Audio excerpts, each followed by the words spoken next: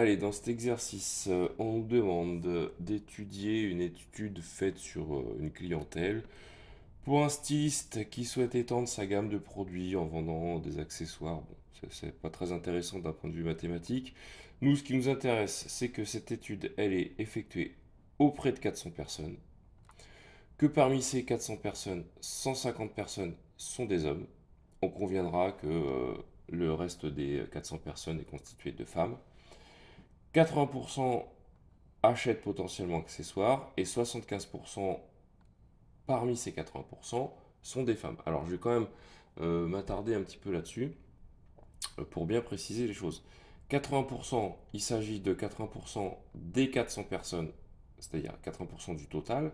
Et quand on dit parmi eux, c'est-à-dire parmi ces 80%. Donc c'est 75% des 80% qui sont des femmes. C'est-à-dire 75% des gens qui achètent à l'accessoire de mode sont des femmes. Ça, c'est potentiellement important pour la suite. Ensuite, on nous impose les notations suivantes. A, c'est l'événement, la personne interrogée est une femme.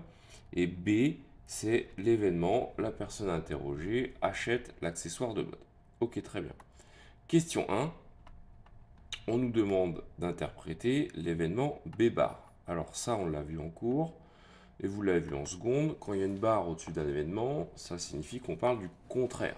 Donc le contraire de l'événement, la personne achète le produit, c'est la personne n'achète pas le produit. D'accord. Donc ça c'est vu. Événement A, avec espèce de petit pont là, B. Alors justement, cette espèce de petit pont, comme je dis, qu'est-ce que c'est? Ça vous l'avez vu en seconde aussi, on l'a revu en cours. C'est l'intersection, ce qui se traduit par et.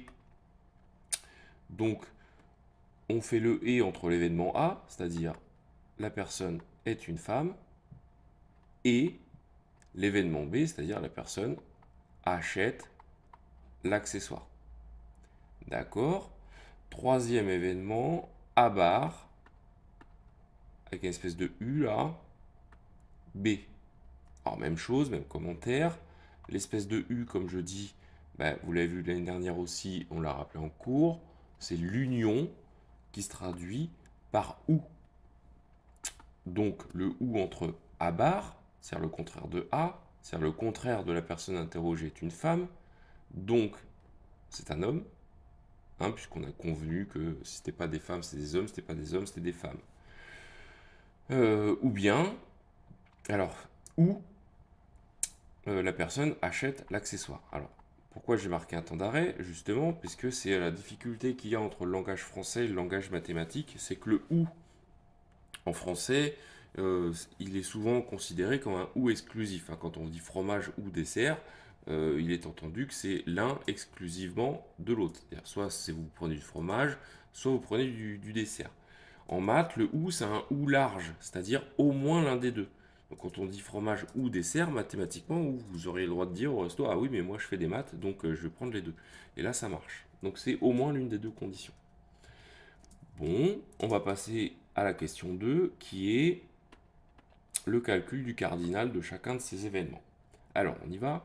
Donc, le cardinal de l'événement B bar, c'est-à-dire le cardinal de l'événement la personne n'achète pas l'accessoire, donc c'est le contraire des gens qui achètent. Et les gens qui achètent sont 80%. Donc, les gens qui n'achètent pas, c'est un égal. Les gens qui n'achètent pas, ils sont donc 20%. 20% du total, c'est-à-dire 20% des 400, ce qui nous fait 80 personnes. Voilà. Le cardinal de l'événement A et B, c'est-à-dire combien y a-t-il de personnes qui sont des femmes et qui achètent. Donc ça, c'est la succession des deux premiers tirets de l'énoncé. C'est-à-dire ils sont 80% à acheter, et parmi ces 80%, il y a 75% de femmes. Donc c'est 80% de 75% des 400, c'est-à-dire 240 personnes. Voilà. Et puis, cardinal du dernier événement, A bar ou B. Qu'est-ce que ça donne ça? Ah, alors, Le ou, c'est toujours très compliqué. Alors, très compliqué, j'exagère un peu, mais en tout cas, ce n'est pas simple de le calculer directement. On préférera toujours passer par la formule rappelée en classe. Donc, le cardinal de A bar ou B, c'est le cardinal de A bar, plus le cardinal de B, moins le cardinal de A bar et B. Très bien. Donc maintenant, il n'y a plus qu'à traduire tout ça. Donc cardinal de A bar, qu'est-ce que c'est que ça, A bar? A bar, c'est le contraire de la personne interrogée est une femme. Donc c'est un homme. Oui, mais les hommes, on sait qu'ils sont 150 à être interrogés. Donc le cardinal de A bar, c'est 150. Le cardinal de B, qu'est-ce que c'est que B? B, c'est les gens qui achètent. Très bien.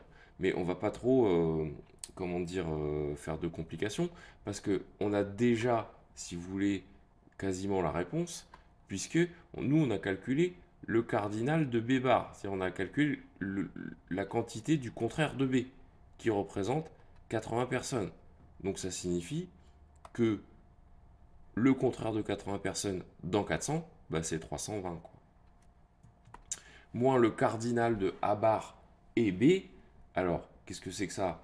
Mais A bar, ce sont les gens qui sont pas des femmes, donc qui sont des hommes, et les gens qui achètent des produits.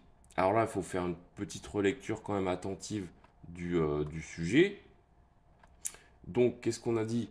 On a dit que vous aviez 75% des acheteurs qui étaient des femmes. Il y a 25% pardon, des acheteurs qui sont des hommes. Très bien.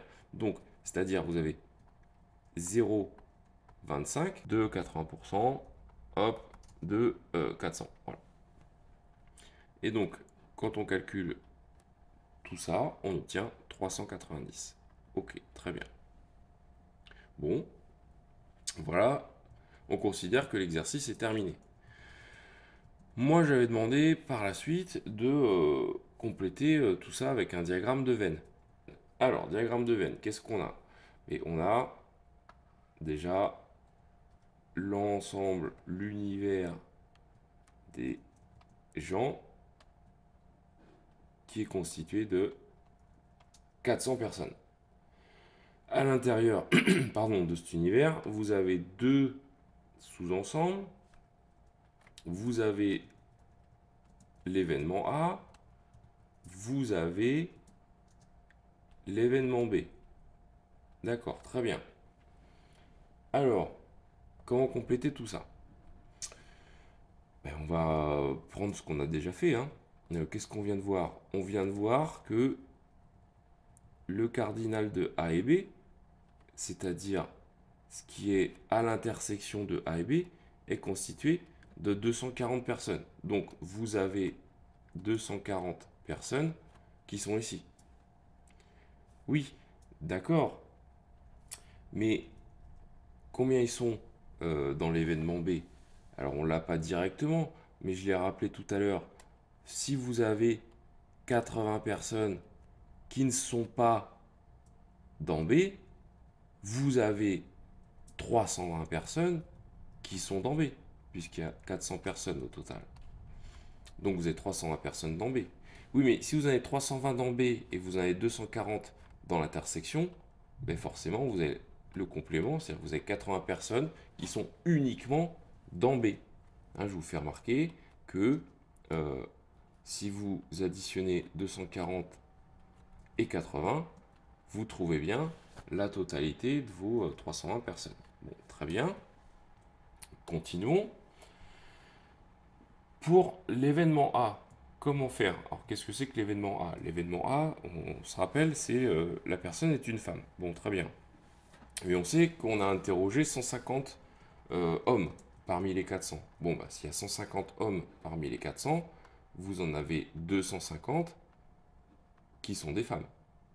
Oui, mais s'il y en a 240 à l'intersection, mais il vous en reste 10 qui sont des femmes exclusivement du fait qu'elles achètent l'accessoire. Très bien. Donc voilà, le diagramme de veine est effectué. Ensuite, j'avais demandé d'édifier le tableau des effectifs. Alors, l'effectif de l'événement A, de l'événement A bar, combien ça fait au total. Même chose pour B bar, et combien ça fait au total. Allez, on y va. Donc, le plus simple, alors je vais essayer de tracer les traits à peu près droits, ce qui n'est pas chose facile sur la tablette. En tout cas, moi, je suis pas un spécialiste. Voilà. Le plus simple, c'est de commencer par l'intersection. L'intersection, bah, ils sont combien? Ils sont 240. Donc l'intersection de A et B, bah, ils sont 240, pardon.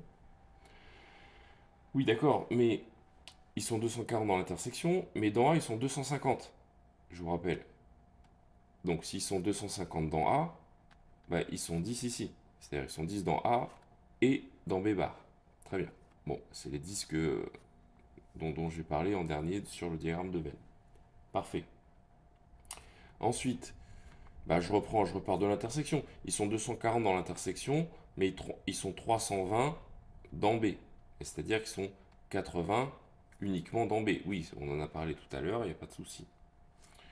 On sait qu'il y a 400 personnes au total. Il est assez facile de compléter les effectifs manquants.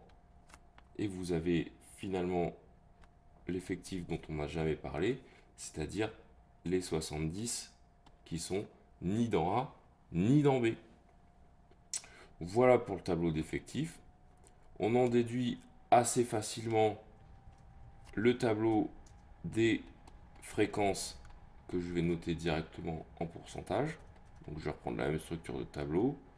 B, B bar, la somme, A bar, la somme, et puis on va calculer les fréquences. Alors, avec les traits qui sont toujours tracés de façon un peu chaotique, on dirait un enfant de 3 ans. Mais bon, si vous avez une tablette, vous savez de quoi je parle. Donc pour calculer les fréquences, comment est-ce qu'on fait? Bah, ça c'est du cours, hein.